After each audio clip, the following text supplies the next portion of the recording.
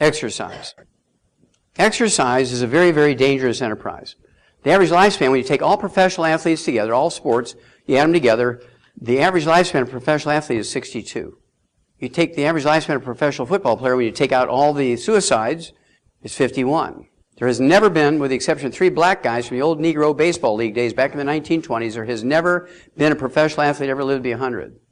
If exercise is so good, how come they don't live to be 100? They get paid. Their only job is to stay healthy.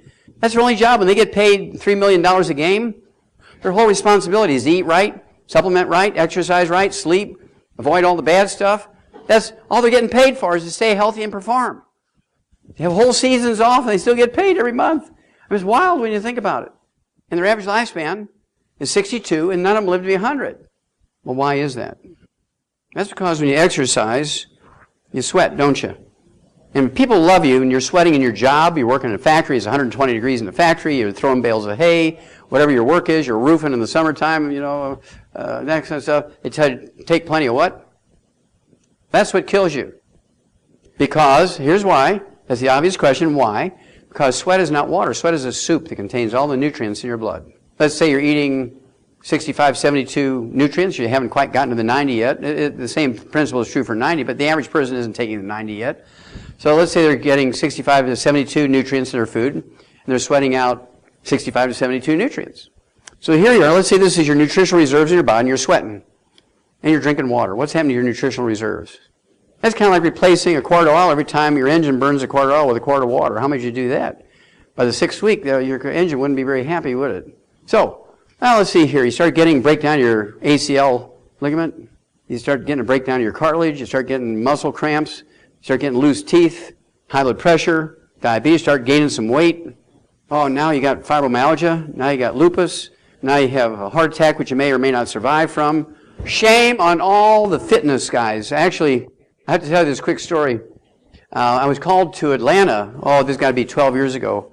And this was to an LA fitness center. The manager was one of our associates, one of our distributors. And he said, Doc, I got this whole new crop of people here. They've never heard of it. I want you to give a half-hour lecture just on the sports piece. Okay, it doesn't have to be the whole thing, just on the sports piece. Okay. So I get there, and there's a group about this size, a couple hundred people in there, and showing my slides on the athletes.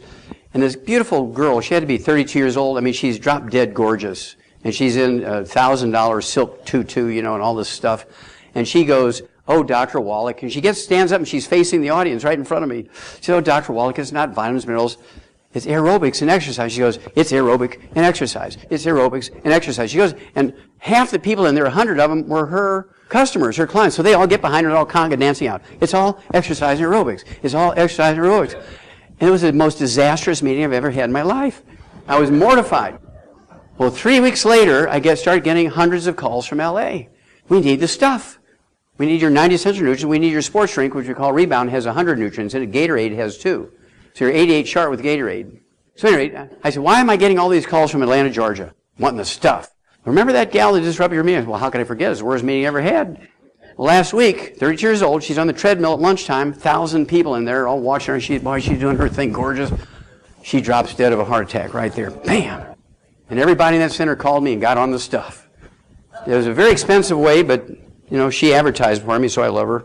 Now, the Journal of the American Medical Association, 1982. The Journal of the American Medical Association, 1982.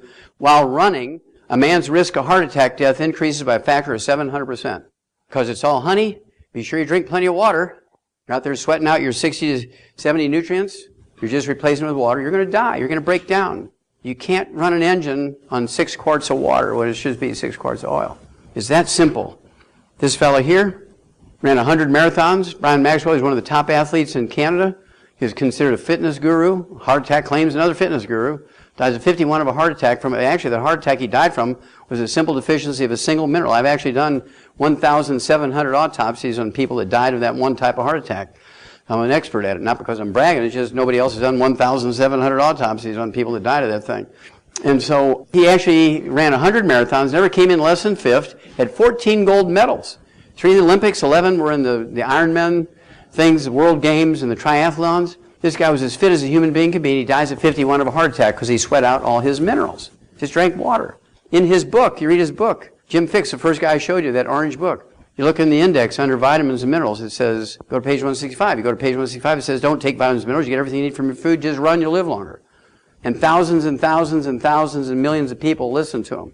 Why would you follow somebody's advice who died at 51 and 52 doing what they're telling you to do? If he lived to be 150, I'd do it, right? But died at 51, 52 is not a very good recommendation.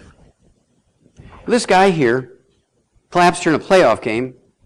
Reggie Lewis collapsed during a playoff game with the Charlotte Hornets back in 1993. 28 years old, captain of the Boston Celtics, good-looking young fella. Great captain. He never jumped in the stands and beat up the paying customers and stuff like that. He was a great field leader on the court, and he was a great man on the street. He's just a good man, 28 years old. And he collapses with a cardiomyopathy heart attack, a simple deficiency of a single mineral called selenium.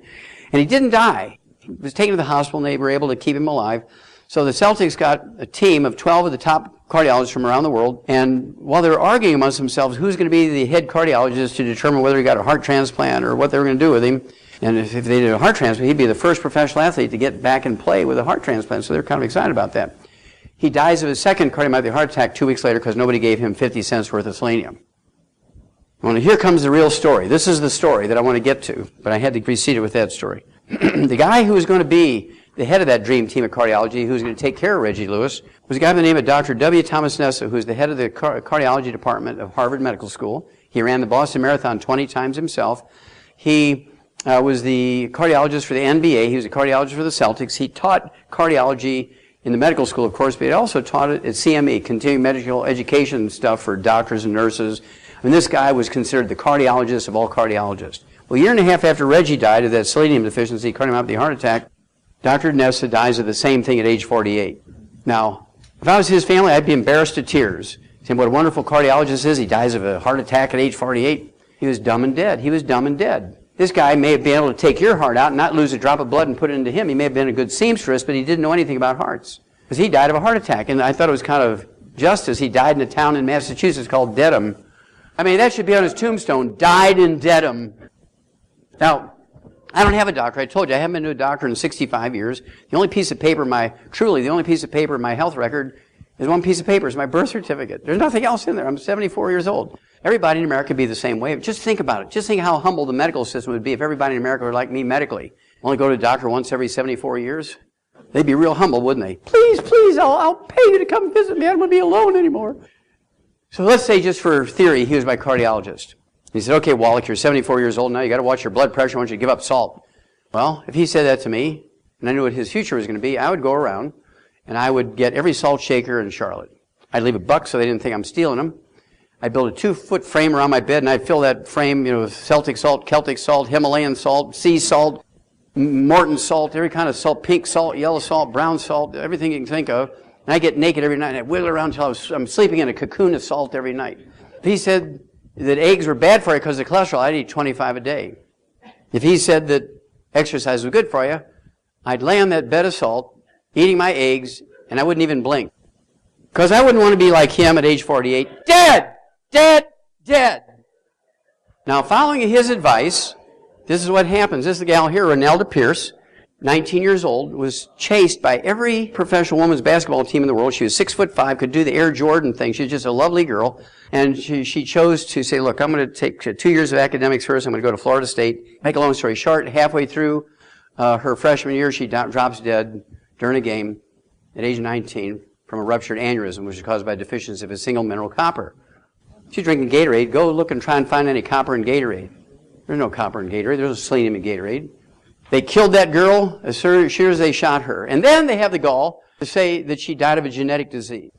She died of a simple copper deficiency. If she'd taken the 90s, she'd still be alive today. Wes Leonard, there was a sudden death playoff in western Michigan for a semifinal game. Make a long story short, he catches the tip-off. He runs across the court, slam dunks it. His team wins sudden death, 54-52. This is him just seconds after he makes those points. His teammates lift him up. 3 seconds after this picture was taken, he drops dead of a cardiomyopathy heart attack, age 16. Now, the medical examiner had a moment here. This is a national story. The medical examiner had a moment. They got his name spelt right. Medical examiner David Start said the stress Leonard placed on his heart through athletics could have played, notice these wiggle words, could have played a role, but his death could not be easily explained. It is explained. It's a deficiency of selenium caused by sweating and drinking water or Gatorade. Now, he had a chance to save every kid in America there, because everybody read that story. That man should go to jail forever, and when he dies of natural causes, his body should be fed to a rabid dog. That's the meanest thing I can think of. What doctors want to do, as a result of Wes Leonard dying, let's do more EKGs. That's not going to do anything for nutritional deficiency. It doesn't show up on an EKG.